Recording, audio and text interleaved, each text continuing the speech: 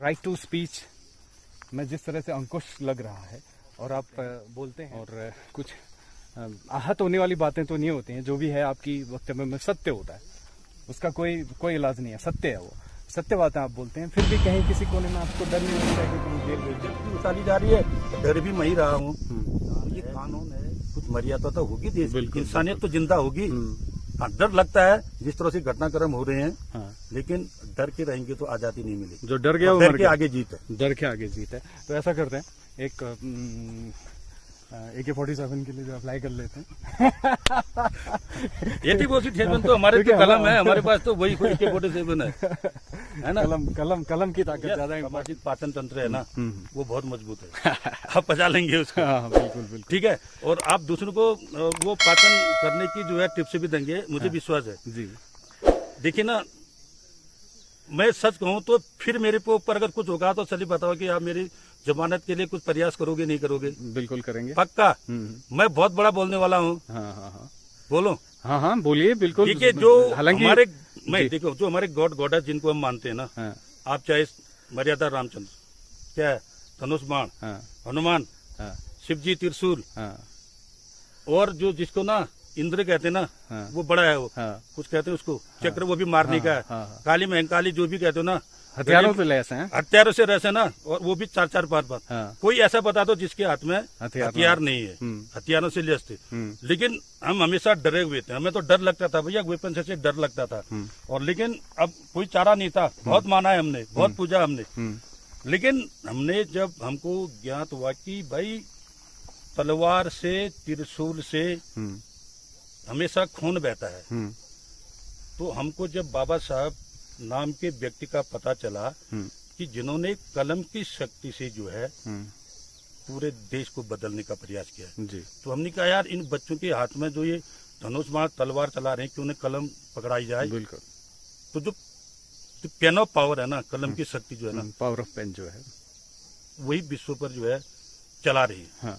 समझ रहे ना। तलवार, ये गोला, बम तो जो है ये मानव के विनाश के लिए है।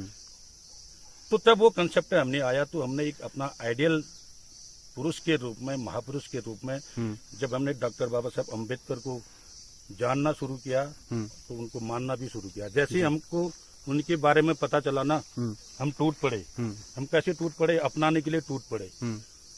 तो ना जो हमें ये वैचारिक जो मजबूती मिली ना, तो फिर हम उसमें डूबते गए।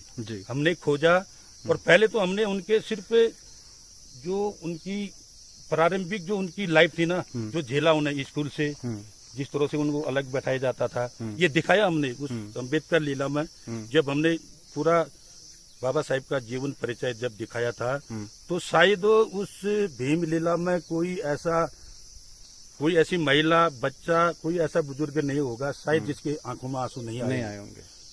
और बेशक उस दौर में ये सोशल मीडिया नहीं था, इस तरह का जो एंड्रॉइड मोबाइल नहीं थे, हम उस घटना को कैद नहीं कर पाए।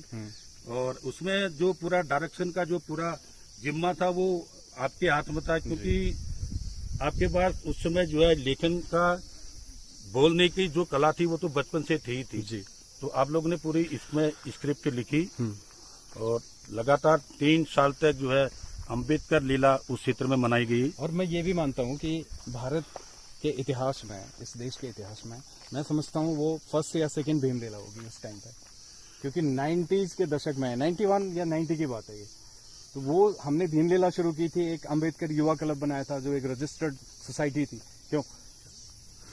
देखिए, आपने दूसरा तो शब्द कहा ना, दूसरा नहीं तो पहला ही था।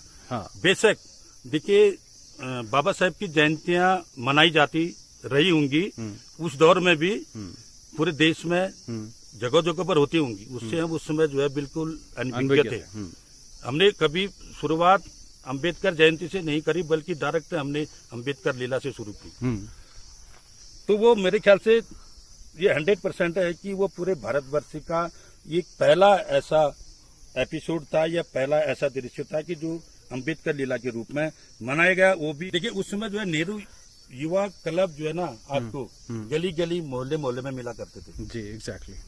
तो उस समय फिर हमारे अंदर एक नया विचार ऐसा आया कि हमने कहा भाई, जब हम अम्बेडकर लीला मना चुके हैं, तो हमको अब अम्बेडकर युवा क्लब भी बनाना चाहिए जी। तो उस समय जो हमने रजिस्ट्रेशन कराया था, आप देख रहे हैं ना, हम उत्तराखंड से हैं। आप देख रहे हैं हम उत्तराखंड से हैं। और उस समय इसका जो सोसाइटी जो रजिस्ट्रेशन होता था शायद उत्तराखंड में तो कहीं नहीं था। अभी हम इतना श्योर नहीं हूँ कि शायद इंडिया के किसी कोने में रहा हो। ऐसे नहीं कि अम्बेडकरवादियों की भी कमी नहीं है। महाराष्ट्र बहुत फर्टाइल है। महाराष्ट्र तो खैर वो उनकी जन्मभूमि है। देखिए, हाँ, तो उत्तराखंड में पहला था वो। एग्जैक्टली जहाँ तक मुझे और आप और मैं ही गए थे उसमें रजिस्ट्रेशन कराने के लिए, और उसके लिए भी हमें काफी पापड़ पेलने पड़े और काफी हमें जो है संघर्ष का सामना इसलिए करना पड़ा क्योंकि उस संस्था में जो है डॉक्टर अंबेडकर का नाम जुड़ा था। अदरवाइज तो बहुत इजीली हो जाता वो। बट तो आईपी सर, एक आखिरी प्रश्न है अब आपके, क्या आपको डर नहीं लगता है? क्योंकि जिस तरह की घटनाएं हो रही हैं आज की डेट में, जिस तरह की घटनाएं हो रही हैं, राइट टू स्पीच में जिस तरह से अंकुश लग रहा है, और आप बोलते हैं जातिवाद पे बोलते हैं, और कुछ आहत होने वाली बातें तो नहीं होती हैं, जो भी है आपकी वक्तव्य में सत्य होता है, उसका कोई इलाज नहीं है, सत्य है वो, सत्य बातें आप बोलते हैं। फिर भी कहीं किसी कोने में आपको डर नहीं लगता है कि कहीं जेल भेज देंगे आपको? डर तो देखिए ना, जब जो छाया है ना पेड़ की, पेड़ के नीचे बैठे ना हम, और बारिश हो रही बहुत ज्यादा, ओलावृष्टि भी हो रही है, तो वही सारा है पेड़। हम बच के अगर बाहर निकले ना, फिर भी हमको बोले गिरने ही गिरने हैं, और वहाँ पेड़ के नीचे है फिर भी बोले गिर रहे हैं, और पेड़ का भी गिरने का डर है। मैं आपको एक वाक्य सुनाऊं, उससे आप समझ जाएंगे, इसको व्याख्यान करने की जरूरत नहीं है। हमने पढ़ा था ना, द स्काई इज फॉलिंग, पढ़ा था, have you read in 6th और 7th क्लास। तो क्या होता है, जिनको हम फॉक्स से कहते हैं, तो क्या हुआ कि वो किसी अखरोट के पेड़ के नीचे थे, तो ऊपर से जो अखरोट गिर गए उनके सिर पे, तो भाई वो भागे कि भागो करके वो अगले को भी कहा क्या हुआ, वो कहते कि यार स्काई इज फॉलिंग, आसमान गिर रहा है। अगला गुड़ा वो चलता रहा, उनका झुंड का झुंड। लेकिन भाई देखिए, उनको ये पता नहीं कि भैया अगर ये आसमान गिरेगा तो तुम भाग के जाओगे कहाँ। तो आप समझ सकते हैं, मेरा भाई जातिवाद का पीड़ित होता है, उसको जो है, मेरे भाई को जो है घोड़ी से उतार के उसको अपमानित किया जाता है, उसका सेहरा फेंक दिया जाता है, और मैं उसको कह रहा हूँ कि मेरे भाई के साथ ऐसा हुआ, और फिर मैं डर भी रहा हूँ, और मेरी इज्जत भी उछाली जा रही है, और डर भी मैं ही रहा हूँ। तो ये कानून है, संविधान है, कुछ मर्यादा तो होगी देश की, इंसानियत तो जिंदा होगी। हाँ, डर लगता है जिस तरह से घटनाक्रम हो रहे हैं, लेकिन डर के रहेंगे तो आजादी नहीं मिलेगी। जो डर गया वो डर के आगे जीत है। डर के आगे जीत है। तो ऐसा करते हैं, एक AK-47 के लिए जो अप्लाई कर लेते हैं। AK-47 तो हमारे तो कलम है, हमारे पास तो वही AK-47 है ना।